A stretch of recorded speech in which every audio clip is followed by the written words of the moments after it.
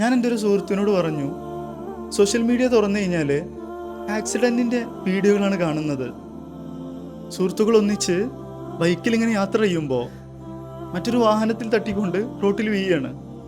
അവരുടെ ശരീരത്തിലൂടെ ബസ് കയറി ഇറങ്ങുന്നു. അതുപോലെ കുടുംബം ഒന്നിച്ച് കാറിലിങ്ങനെ സന്തോഷത്തോടെ യാത്ര ചെയ്യുമ്പോൾ മറ്റൊരു വാഹനം ഈ കാറിനെ അങ്ങ് ഇടിപ്പിച്ച് തെറിപ്പിക്കുകയാണ്. അവരൊന്നടങ്കം മരിക്കുകയാണ്. ഈ ഒരു അവസ്ഥ നമുക്കാണെങ്കിലോ എന്ന് അവനോട് പറഞ്ഞപ്പോൾ, എടാ ഇനി പറയല്ലേ, എൻ്റെ ഈ മനസ്സുകൊണ്ട് ചിന്തിക്കാൻ കഴിയുന്നില്ല എന്ന് അവനോട് പറയുകയാണ്. ശരിയല്ലേ? നമ്മളെ കൊണ്ട് ചിന്തിക്കാൻ കഴിയുമോ? ചിന്തിക്കുമ്പോൾ തന്നെ പേടിയാണല്ലേ.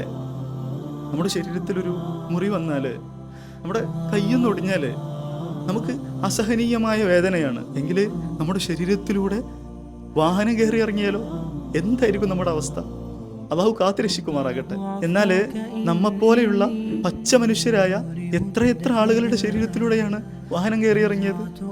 അവർ ഈ ലോകത്തോട് ഇവിടെ പറഞ്ഞില്ലേ, എങ്ങനെയാണ് എപ്പോഴാണ് മരണം നമ്മെ പിടികൂടുക എന്ന് നമുക്ക് പറയാൻ കഴിയൂല. അതുകൊണ്ട് ഇനിയെങ്കിലും നമുക്കൊന്ന് നന്നായിക്കൂടെ?